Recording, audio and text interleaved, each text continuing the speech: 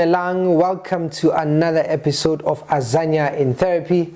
I'm your host, Thaban Tlaka, and as always, I've got an interesting guest for you. My guest today is a life coach, a strategist, a speaker. Please welcome Modise Moloi. How are you, sir? I'm doing well, and how are you doing, sir? I'm alright. I don't know if you remember when we first met. No, I remember. You remember? Exactly. Really? I thought. Yeah, I remember the first time we met, we were at the TV show. Yeah, it was a TV show. Yeah. Many years ago, right? And I remember you said when we at that time, many years ago, you said, you are the man with both the name and the surname sound like they could be a name and a surname. Yeah, definitely. Or two surnames. It's two surnames. Two surnames. To other people, Modise is a surname. Yeah. For me, it's a name. Yeah. Any and how come? What's the story behind that? Look, so Tumusotun. Yeah. Right. Yeah. And so Modise is a name to Hamukwen. My grandmother was from Hamukwen. So when she gave me a name, it was Modise. So it's basically around that. I see. Yeah. Beautiful. I'm always interested in people's names and surnames, because I find that fascinating. Because it says something about the story, the time, the context, right? And so we are here today. I'm happy to finally sit down with you, and you did some research, right? Yes. Very interesting title, right? The role of C-suite level strategic leaders in enabling adaptive strategy implementation. Yeah, that's a mouthful. Right? That is a mouthful. Unpack it for us. So C-suite level strategic leaders and how they enable adaptive strategic implementation, and unpack it for us. Look, so when I started doing this research, it was a master's research. Yeah. I studied with Gordon Institute of Business Science, which is the business school for University of Pretoria. So I then had to focus on strategy implementation. That's the first concept I had to look into. And how come? Why look into? Is it part of what you've been doing? I mean, part of your you're a strategist, right? Yeah. And so does that come from then? It comes exactly from that. Maybe before you even explain this topic, just generally, what do you do for those who don't know you? Yeah, and then how it leads to this. Yes, that's a very good journey. Yeah. So I'm an agricultural economist. Yeah. And I have done it until master's level. The land.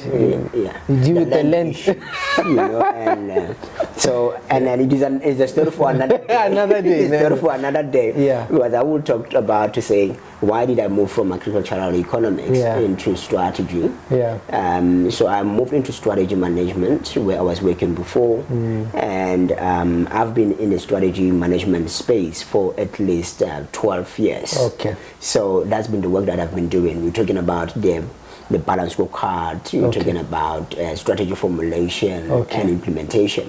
So the realization in doing strategy formulation and implementation, we then realize that formulation is not really complicated, because we sit and decide and think what is it that we want to do. Yeah. But where the challenge is at is when you have to implement the strategy. Yeah. You can have a great and a good strategy, but implementation. Implementation. So there are several factors that are affecting implementation. Yeah. And secondly is the aspect around who then is responsible for strategy implementation. Yeah. Most of the time I find that the C-suite level, which I will explain in a moment, they develop a strategy, or they get a consultant, develop a strategy for them, and after the strategy is developed, the challenge becomes the implementation. Yeah. Because it's developed in the fifth, second floor, or whatever floor. The executive occupy. Then the implementation has to happen at any lower floor. Therefore, if there's no alignment between the formulation and implementation, the strategy is not going to see the light of day. So that's what happens most of the time. So that's what really made me be interested in to say, let's look at what is it that causes failure in implementation. Hence, I then had to look at to say, what is the role of these leaders in enabling adaptive strategy implementation? So what is it that we're talking about when we talk about adaptive strategy implementation? Yeah. It's basically about a flexible strategy implementation process. It's about adjustable strategy. It is making sure that your strategy it is not rigid. When there is a need to adapt, to adjust, to refine, to review the strategy, you then are able to do that. That's what it entails. Essentially, yeah. Because most of the time you find that strategies are developed, but they are not allowing space for refinement, for review. As a result, we find the strategy is great, but the environment has changed. The environment can change because of something like COVID-19. It requires you to change from just doing face-to-face meetings to go into online meetings, so that you still are able to engage with your audience, engage with your clients, your customers, and your stakeholders. So that's adaptive strategy implementation, allowing the aspect of the review. So when we're talking about C-suite, these are the people who have good titles, good money, like your chief executive officers, COO, CEO, CPO, that group, CMO, everything. You know, when it goes that level. The people dream about becoming. The people who have corner offices, has a great benefits and everything. Those are the people that are making decisions about the direction and way forward in terms of the organization. So the point was to say, let's look at what is their role in enabling this, because if they are not flexible themselves, it is impossible for us to have an adaptive strategy implementation in any organization. So that was what was interesting for me to look at their role in that whole space. But also having looked at the research, looking at what has been done, you found that when it comes to formulation, there is a lot of research output that has been produced. But when it comes to implementation, there isn't really a lot. Now it was worse when you're talking about adaptive. Adaptive is still a new concept coming into the research space that we need to look into. So I wanted to contribute into the body of knowledge by introducing the subject around adaptive strategy implementation into the space of strategy management. Thank you very much. So you've introduced, being adaptive, right? So we're talking business. We know what needs to be done, being agile, being flexible. You talk about people come with strategies, but when times change, people haven't really thought about that, right? You've introduced to us then the people, the leaders, CEO, COO, So those people. And then you looked into the research, you find that, there's a lot being said about the strategy, but not so much about the implementation bit. Okay, so you now press on into that direction to say, how do these people, how do they sort of enable it? How do they enable the business, the company to be more, how they can be adaptive, right? Now, so what do you find? So as you look at that group, as you look at the context, what do you find? Your findings. What are the difficulties? What helps? Look, so there are 7 key findings that emerged from my study.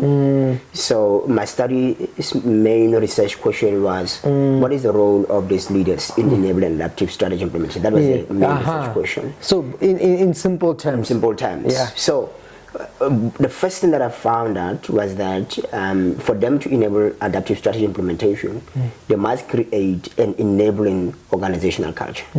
So enabling organizational culture is different from just like we have the culture of the organization. Then we need to look at to say, what is it that enables the adaptive strategy implementation? It must be an enabling organizational culture.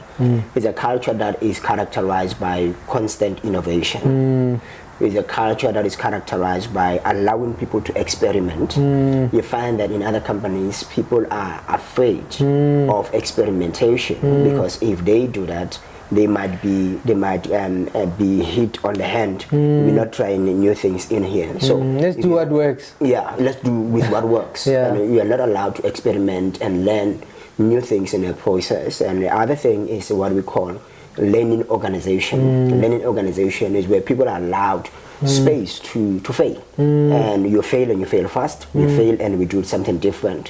So in other instances, other organizations are not, people are not allowed to even fail at any point in time. That on its own, it creates the culture of fear. As a result, people are not able to try anything new. And the culture that is primitive in nature, it doesn't allow adaptive strategy implementation. You just do everything as you have found it.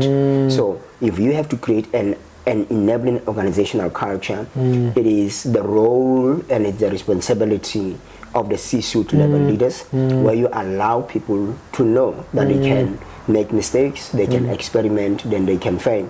And if you're not doing that, it is not possible for you to be able to create an environment for enabling adaptive strategy implementation. The other thing that really becomes very important to create that is when these people at the C-suite level are holding each other accountable in terms of the cultures that they want in the organization, the commitments that they are making. They should be able to hold each other accountable. When there's poor performance, they should be able to hold each other accountable. Because at times you find that if someone, let's say, is a CEO or is a CFO, the other one is a CMO, Chief Marketing Officer, they then decide, like, even if you don't perform, I'm not going to hold you accountable because you know you carry the budget for my campaign that is coming, and all these kind of things. They are very dangerous in a company. And the other thing, on enabling organizational culture, it was about being a culture ambassador as a C-suite level. So when people look at you, you must be the embodiment of the culture that the organization represents. If you're not going to be that, the chances are that we're not going to have a culture that allows adaptive strategy implementation. It must be a culture that allows honest feedback so that we can improve. So if the C-suite level leaders are not able to create organizational culture, it is not possible for us to be able to get to the space where we can adapt. And the reason of adaptation is not just like we want to adapt. We are adapting because we are responding to business. We are adapting because we are responding to the market demands. We are adapting because we are responding to the customer demands, so that we can actually make profit. That's all. That's what it's all about. If we're not clear around that, the chances are that we are going to go out. I'll give an example of a few companies that went under. I was gonna go there. I was gonna say, hey, in my mind, I was thinking Nokia. Exactly. I was thinking BlackBerry, Kodak, all those. The reason they failed is not because they were not good companies. It's because they failed to do something simple called adaptive strategy implementation. But why would they fail that? It seems so obvious. So what could people not think we have to adapt? No, look, it's been comfortable with the market share. Whoever thought that we would be taking pictures and not necessarily go and print them? That the phones that we have, they have replaced having the huge cameras that we go that had a film. You never go at the film and you have to go sit in dark rooms and you know. So it is understanding that the times change, and if you have been the market holder for a long time, the chances are that you then become very comfortable and you don't consistently look at experimentation and looking at improving your products. I see. And that's what needs to happen. That's a constant thing that needs to happen within the company. And the way to do that probably is not even part of this conversation per se, or the findings per se. And it's about something called doing market analysis. Can use different tools. Some of the simple tools, frameworks are like your pestle analysis. We're looking at the political environment. So the reason business is interested with the government of national unity. GNU. Somebody called it a GNU. You see? So the reason they are interested in that is because the politics of the country defines the business in the country. So that's why the rent that's why it's so important. That's why the rent responds or react to who is in the office. The reason is because it's about geopolitics, it's about politics and economy. They do affect the business. So if you don't understand what is happening in your space, the chances are that you're not going to respond to what the market needs. So that's the first thing that really I found as a challenge, creating an enabling culture. But let me say something very interesting, Tabang. Is that every time a company develops a strategy, it must make sure that it takes a posture of a reset when it comes to culture. We can have a great strategy, but have a rotten organizational culture that is not aligned to the new strategy that have developed. So every strategy is always at the mercy of the organizational culture. I see. So it's important for us to really pay much attention to the type of culture we want in the organization. No, it makes sense. Yeah. So that was the first one. The second one, quite very interesting, is what we call communicating strategy. Most of the time, we then think communicating strategy is sending an email. Communicating a strategy is putting it on a notice board. And communicating a strategy is about making sure that on the screen, computer screen, when it's closed, then we show the strategy, and that's part of it. But there are many things that happens for adaptive strategy implementation. Is that it must be communicated timely. Time is of essence. If, for example, we are going to change our strategy on how we do things, make sure that you're communicating timely to the people so that they don't fill in the missing blanks. As soon as they fill in the missing blanks, then we must know that the chances are that they're going to put in their own thoughts, which are different from what you have in mind as a group or as a cohort of strategic leaders. What would be timely, like months ahead, or like weeks ahead, years ahead? What are we talking about? No, it's not necessarily about weeks and months ahead. It's about as in and everything happens. You are communicating. Okay, I see. You rather over communicate than under communicate. So that people are not left wondering what is the next step in terms of this. So that's the first thing, timely communication. Then the second one is about transparent communication. That there's a time where the company has to take a decision to say, like, we need to lay off some people. Like what's happening with these automobile companies, dealerships? Right, I don't know if you, I think Mercedes-Benz, a few companies are laying off people. Well, not just that, it's the chemical and you know. So there are a couple of reasons that happens. One of the things, it would be one, the issues of automation. Now, when technology kicks in, there are certain processes that we no longer need about 15 people, then we can do with about 5 people. So the 10 people, they become redundant actually. They may not say it that way. They become redundant. It doesn't sound nice. It doesn't sound nice. They become redundant because this can be done by only 5 people. So automation becomes very important. That is why even for individuals, as we personalize this, that in everything that we do, make sure that you are consistently and constantly improving and developing yourself. And that's what happened with many people that have worked for companies for a long time, that when new things happen, they are the first one to become the victims because they did not invest in personal development or even the career growth. To say, like, I need to study something every 3 years, you must be studying. Every 3 years, you must be improving yourself. So that, like, for example, I'll use this one, data analysis, data analytics. This is some of the things that are coming in now. How do you make sure that you are well informed in those particular areas? So you find most people, they were quite very mechanical. Now we are using some automation, some robots that are doing the work that is done by other people. So we can't keep you. When we have a robot that can do the work that was taking about 5 days, then they can do it within an hour. And it's not going to go on strike. It's not going to go on strike. That's another thing. It's not going to go on strike. But the point is to say technology is coming in. So you need to communicate transparently to say, like, look, guys, we are working on productivity and efficiencies. And when you're talking efficiencies, it's about still doing and achieving much with less resources. So more people, they get to lose their jobs because we basically don't continue to develop ourselves. And the third one is about being truthful. If you're not truthful in communicating your strategy, what a word. Does it exist in business? It does exist. It does exist. It is just that people are afraid to go that route. I see. You got to be truthful to say, like, look, the reason we are going through this is because of A, B, and C. I see. And you don't communicate it only when you have already made a decision as a leadership, and only then you're communicating. You've got to sensitize people in advance to say, like, look, guys, when we look into the next coming few years, this is what might be happening in business, and this might have impact in this particular. We don't know how it will look like, but there's something of this nature that we may face. And why would a company not do that? Look, the companies, it always goes with the leaders. Yes, why would the leaders not Because you're saying that that's useful to do. Yeah. And what would be the opposite? Why would somebody not do that? Why would you not be truthful about what's going to happen?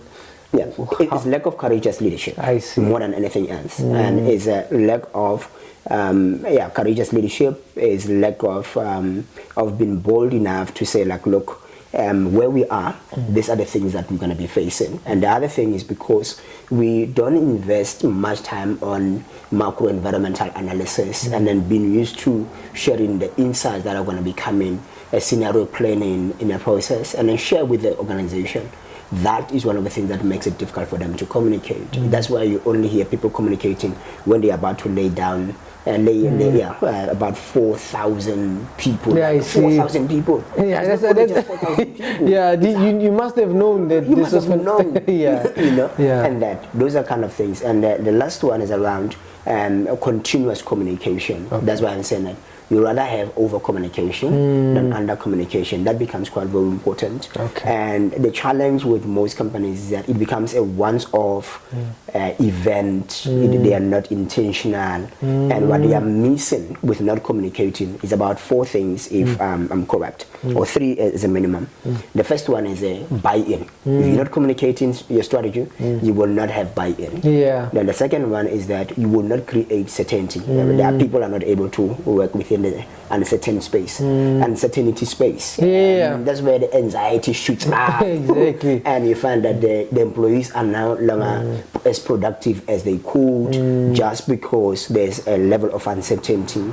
Then the third one is winning hearts. If you communicate, you win hearts. People, they know that you have their best interest at heart. And the last one is winning their minds. If you can't win these 4 things, buy in, create certainty, win the hearts, and win their minds, it is not possible for you to have adaptive strategy implementation becoming very successful. So I really believe that most leaders, they must understand that if they don't communicate, they are creating and planting the seeds for resistance for the strategy implementation. So that was the second thing that we found. The first one was creating enabling culture, and then the second one is about communicating strategy. Yeah. Then, because this talks to the issue of resistance, it then brings us to the third one, which I think every leader, as a strategic leader, must do this. It is the question around initiating, leading, and owning change. Yeah.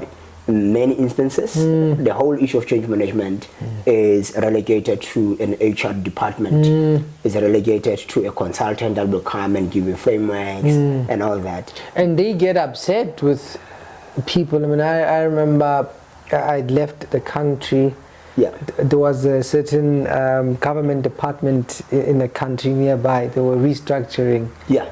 And so they called, a colleague of mine, a psychologist, was roped in to kind of help people adjust. So I went there, but the resistance that was there, it's like you feel as this external person coming in to help, there's like this hostile thing, because they feel, no, you are here to come us down, to help this person who's trying to ruin our lives. Exactly. So you are the enemy, because you're just bringing a scientific thing to support this bad decision that has been taken by the leaders. What they have not done, it is to communicate timely, transparently, truthfully, and continuously. So even if they bring you here, it's not going to change anything.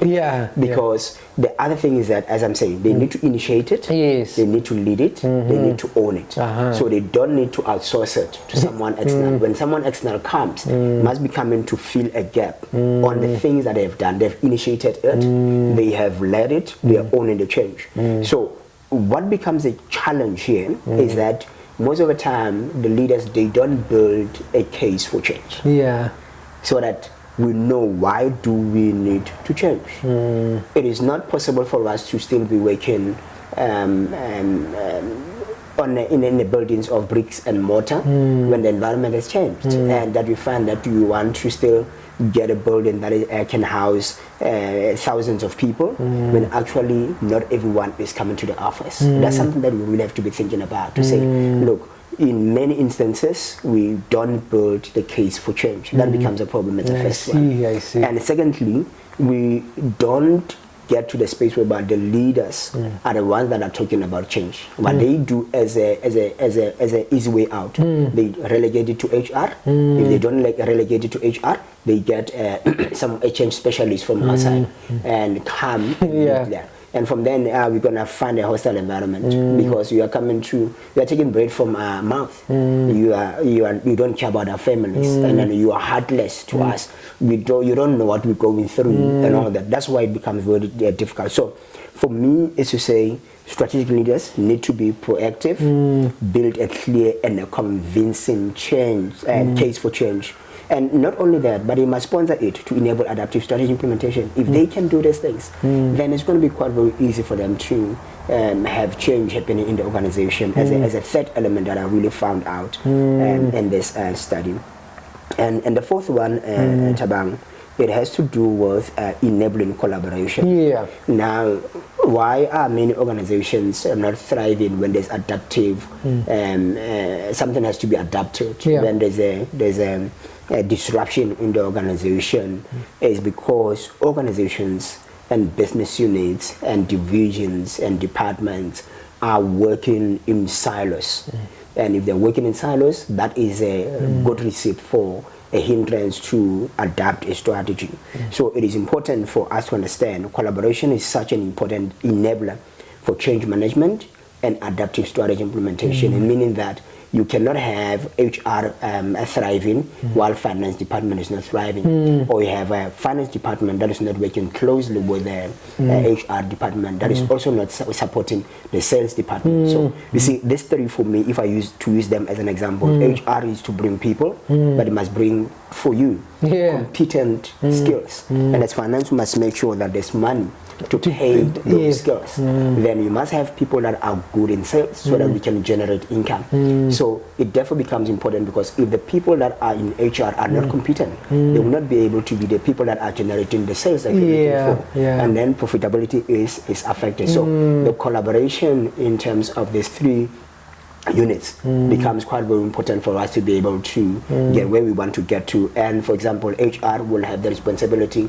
that they have to train and retrain the people. They need the budget, so you must be able to provide money to them. But we should also see this giving us improvement in our bottom line. So it's about collaboration. But this collaboration in silos, often than not, is sponsored by the strategic leaders. I see. A CFO and a CPO or chief HR executive, and then the chief sales and the chief marketing, and they're not speaking the same language. Therefore, it creates silos within the organization.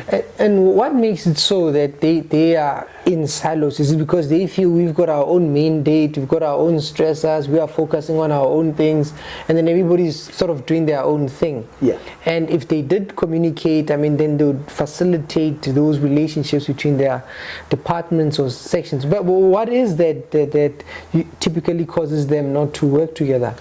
Look, as there's a friend of mine wanted to do a study on dynamics in amongst the top team.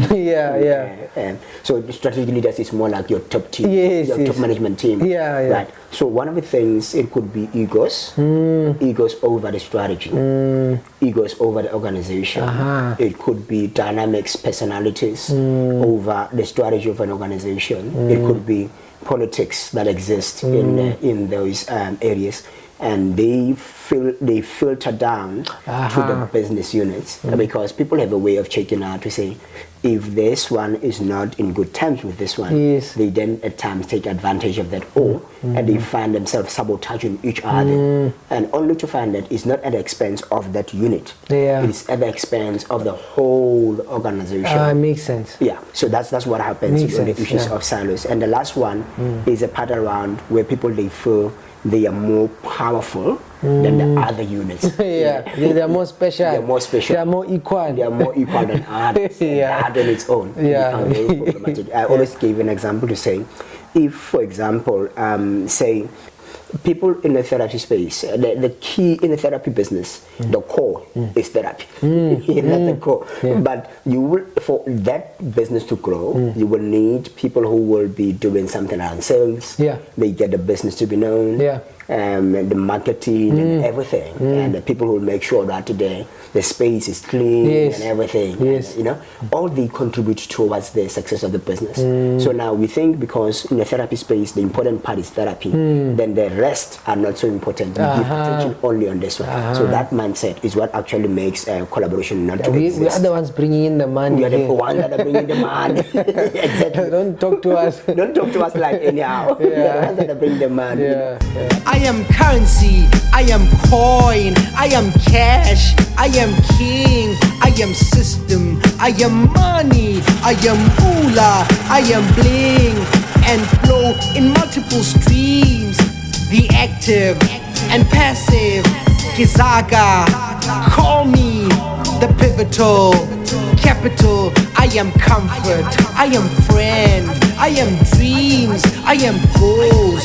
Security, call security. I break hearts, I build homes, I make things. I am portable power. That mindset is what creates silos. It creates the attitude of the second-class citizens. So the leaders need to break that particular mindset. So the last three, Tabang, they are all about one. It's about environmental scanning. I've touched on it in the beginning to say where you are continually scanning the environment. How is it changing? What is it that your clients are looking for? I see. What kind of clients are you attracting? So if you are attracting this type of clients, how should be your posture look like? And then what are the things that you need to bring on board? And all that on its own is quite very important. So you always have to be attuned to changes in the business environment to maintain competitiveness, relevance, and growth in business. So that's quite very important. If you are not scanning the environment, you don't need to get a research company to scan the environment. You should just be asking yourself, what kind of clients am I attracting? What are the things that my clients are always often referred to or present?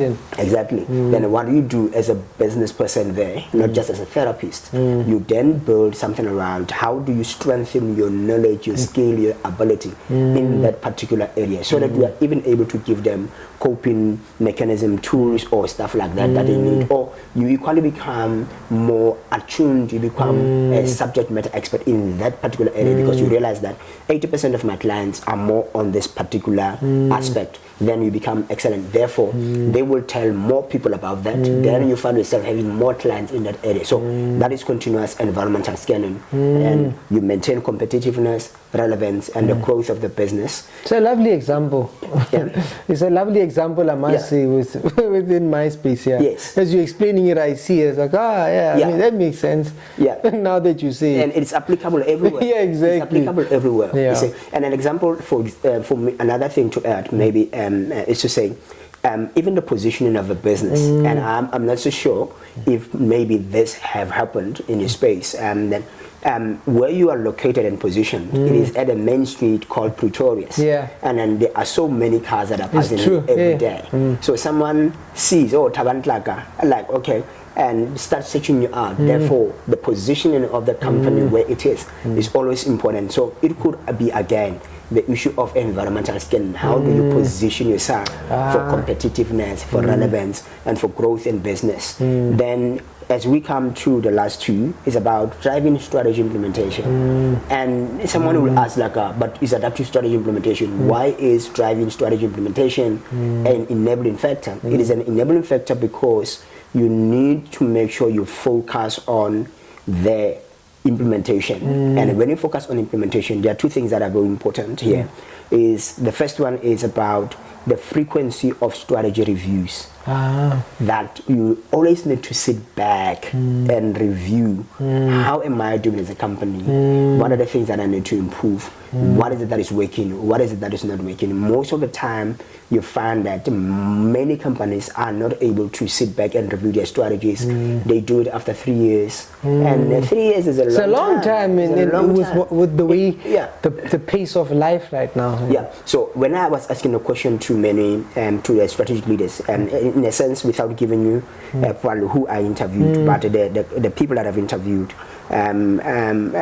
most of them are sitting. I had the ones that are at the stock exchange, they're CEOs, and I have the ones that are really doing quite very well in different spaces. And these are people that are the captains of industry. And one of the things that they were saying was that if you don't review your strategy frequently, the chances are that you're going to miss the bus. You're going to miss the boat altogether. So you need to make sure that, one, you understand your industry. Like, for example, in the ICT industry, you can't have a strategy reviewed once a year. Every 3 months you must keep up with the changes that are actually happening in that environment because of the nature of the industry. If you are, let's say in the therapy space, and probably every year you should be able to review and what is actually happening in this particular space, because things change, and all these people being laid off in companies, and then the violence that happens and all that, you know, those things, they have an impact in terms of how society finds itself in different challenges and so forth. So the frequency is quite very important for you to drive the strategy implementation. Then the second thing in terms of driving strategy implementation is executing. That's very important way. Is executing. Most of the time people, they don't execute. We have the good strategy, but we don't execute. That becomes very important. And to say, like, let's implement. Don't wait for a perfect environment. One of the people that I've met said something very profound and said, it is progress over perfection. So you don't wait for perfection. Even in your personal life, there are things that you wanted to do as an individual, and you're waiting for the perfect environment. Don't wait for the perfect environment. You got to execute. You got to fail on the ground. Don't fail in your mind. You got to implement something and see what works and what is not working, and go back to the drawing board. You can go to the drawing board as many times as you want. You don't have to wait for the New Year's resolutions for you to go back on the drawing board. On a monthly basis, you can reflect. I want to say with clients is, you know, with very anxious people, we often talk about done is better than perfect. Right? And how just thinking about something can weigh you down. That you do it and then you can improve. So get your first draft. Then you'll improve, as opposed to thinking and planning. Analysis, paralysis. So when you say, you know, implementing, which executing is true. And I also like the progress over perfection. Progress over perfection. That goes a long way, because most of the time people have ideas that could take them out of poverty. Ideas that could really take them out of a dire situation, that could improve the progress of their lives. But because they are obsessed with perfection, they are not moving. And the other thing is that people probably maybe just adding something on that will be they are having this perception that they have to be perfect, and they are judging themselves. They are the choir masters of the choir of self-doubt. It's not even people doubting you. You doubting your imagination. Your imagination. So that's one thing that is important. Execution. The last one is the issue of resource management. So in terms of resource management, what happens here for the leaders to enable adaptation? When you adjust something, you might combine some units. You might start new units. You might focus on a particular initiative. Then you move resources from this one at this point in time to the one that is going to be your breakthrough initiative. That if we get this one right, it is going to benefit all of us. So you then are able to say to the people, let's focus on this particular area. It will then be able to give us more resources, more revenue, because we have adjusted and reallocated our resources from one project to another. And the truth of the matter is that if we have not done the first four things that I've spoken about, it becomes very difficult to allocate resources. Then we say to people, we are moving you from this unit to the other unit. If people are not in a learning organization, they feel like, no, I was never employed for that. So why do you want me to go? Show me my contract. Show me my contract. You must know that you have not built a case for change. You are not a learning organization. People should have the sense of dynamism. They are becoming dynamic in their workspace. So you don't don't become someone who is rigid when it comes to even your career. So resource management is quite very important, so that we are able to drive efficiencies in the organization. So all those things, they contribute towards enabling adaptive strategy implementation in any organization. So for me, it is quite very key, even on a personal level. We can say, one, what is your personal culture as an individual organization? What is your culture? Is it a culture that allows you to innovate, experiment, learn? What are you learning this year as an individual?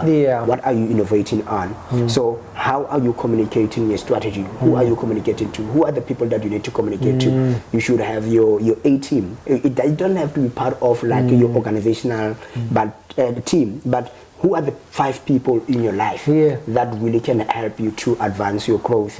Are you owning the change, or are you always blaming other people in terms of your change? And are you collaborating with other people? It's not everything that you will know. There are people that are doing better than you in certain areas. How do you collaborate with that? Are you always scanning the environment, understanding what is happening, what is the need, how can I improve? Are you executing? That's another thing that's important. Execute. And lastly, what are the resources that I have? In the resources that I have, how do I reallocate them? How do I focus my energies on the things that matter the most? So these were the key 7 findings on my key question that I had asked on my research. Wow, I mean, that's wonderful. I mean, so when you let me ask this way: after you've done this, did it, you going in and you going out, did it change something about you? Did you realize something? You know, how did it impact you as you were doing this? Yeah, look, firstly, it challenges your cognitive abilities. Yeah, like I said, the people that I was interviewing, they were captains of industry. So when they were sharing, they shared from their wealth of experience, wealth of knowledge. You then get to think differently as an individual. That is the first thing. That like, this is how I must upgrade. You upgrade and upgrade your thinking. That's the first thing that you get. And secondly, it then gives you from a workspace. It then made me to be more competitive. And in a way that with what I have, and more people now from the strategy management space, they want to have engagements with me. So it's opening a couple of doors for me in terms of engaging. Do you go do presentations for them? Presenting these. Presenting this and that, and I'm currently I'm in a space where I'm working on my article that I want to publish in one of the journals, so that we therefore communicate these findings to the broader community in business and that. So these are some of the things that it does for you, because it really challenges you, it stretches you, it makes you think differently. And from this, I'm going to be doing my PhD.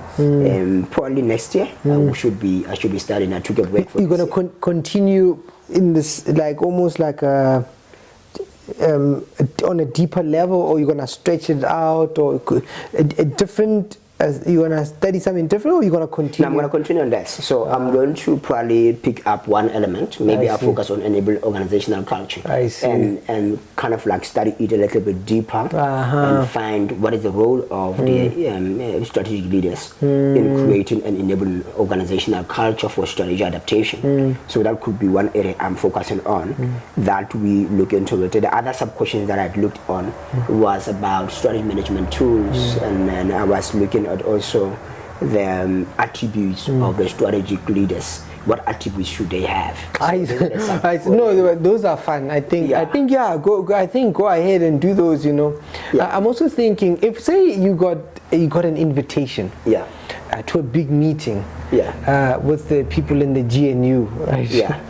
And you were to advise them, thinking about this, you know, how would you implement that?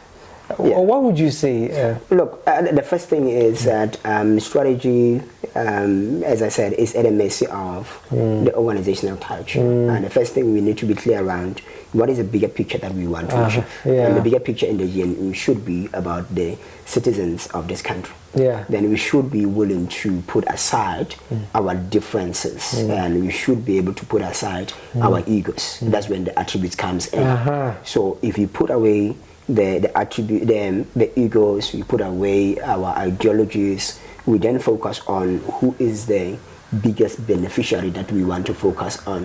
And secondly, we define what is the culture that we agree on. So it is different when you have a service provider come in and give you, say, like, this is a culture that you guys must follow.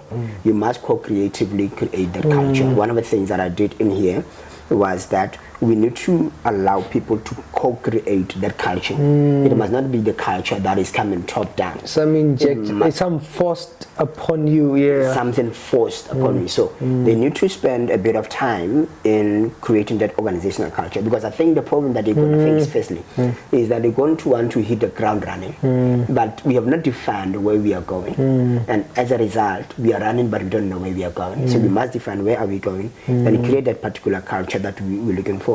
And then the other thing that will be important, because when I looked at the attributes, one of the critical things was about the skills. So what skills do we have? What skills don't we have? Who should we bring in those particular areas for those skills? So identify the skills that you need for you to be able to implement. And if you cover those two for me, it will actually work well for them. But it's going to be a lot of work that needs to happen throughout the 5-year period. And we'll see how it actually goes. But the challenge is that the ego ideologies will always come in conflict of the bigger picture, which is the citizens of the country. Wow. Maybe as we land this plane, right? Yeah. What surprised you about your research? Well, what kind of took you back and like, oh, I didn't expect that? Yeah, so look, what really surprised me, and I think is the first one around, the first two. The first two, which is about organizational culture and communicating strategy, was firstly that the leaders need to own the culture, need to be the culture ambassadors. And it was also that every time you develop a strategy, you must refresh your culture. And it was kind of like an aha moment for me. Like, very interesting. I never thought about it this way. Yeah, now that it makes sense now that you say it. Yeah. Yeah. It was kind of like, oh, okay. Every time you do a new strategy, you develop a new strategy, implement a new strategy, make sure that you are redefining the culture. That culture must be aligned to the strategy. That was the first one. Then the second one was the issue of communicating strategy. Because oftentimes like it's happening, but the aspect that we were asking about, does it happen in business? Yeah. Communicating strategy truthfully. And it was kind of like an aha moment, like, is it practical? Will it happen? Because people are afraid to communicate truthfully and transparently, and lastly the aspect that of timely communication. So those three for me on communication were my aha moments. So like time is of essence, so don't be afraid to communicate. Even if you over communicate, it's better than under communicating. And these were the foundations, because what I found out is, say, they have the link into others. Culture has an impact on communication. Culture has an impact on change. Culture has an impact on collaboration. Culture has an impact on the aspect of execution. Culture has an impact on even resource management. So even those links that one began to draw was quite very interesting. Hence I feel that the area that I want to go into for my PhD is about understanding how the leaders can create and enable organizational culture for strategy implementation.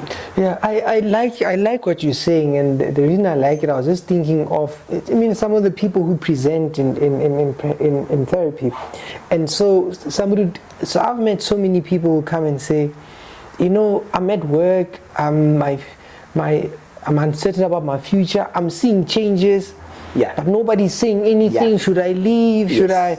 And then so now you're trying to manage this person, and then with the anxiety, but you can see there's a lack of information. And so when you say like that resonates with, that makes sense to me, like to communicate and truthfully. That's why I ask about it, because there are a lot of people, they find themselves in spaces that are not so clear. You know, people are in a way responsible for your life, but they're not taking you along you know, to show, okay, this is what we are doing, prepare, adjust, and it can get very, very, very difficult for people? Yeah, look, I think on what you're saying, you see, most companies, they then end up losing their high potential staff. They lose people that are your high flyers. And they're like, you guys are playing with us. Yeah, you're playing with us. So yeah, no, I'm out. So I have options. So people who probably don't have options, they stay in companies because they don't have so many options. Right? But people who have options, they immediately are out of the door if they are not allowed space to. The culture is toxic. They are out.